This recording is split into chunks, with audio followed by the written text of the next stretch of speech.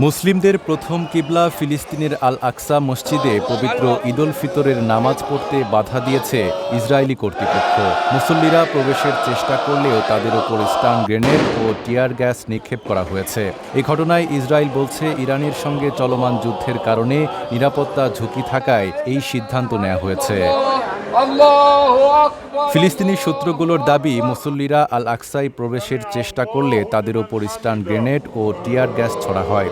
অনেককে মসজিদে ঢুকতে না দিয়ে আশপাশের রাস্তায় ঈদের নামাজ আদায় করতে বাধ্য করা হয়। ফিলিস্তিনি কর্তৃপক্ষ মুসল্লিদের যতটা সম্ভব মসজিদের কাছাকাছি এলাকায় জড়ো হয়ে নামাজ আদায়ের আহ্বান জানিয়েছে।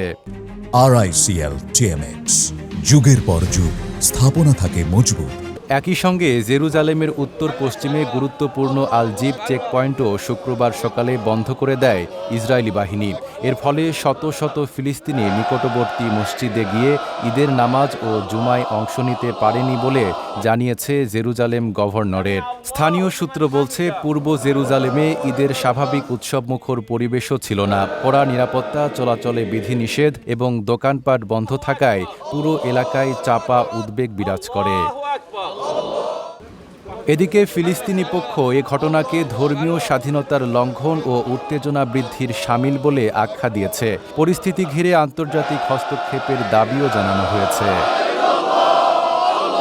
নাঈম আরাবী, ঢাকা পোস্ট।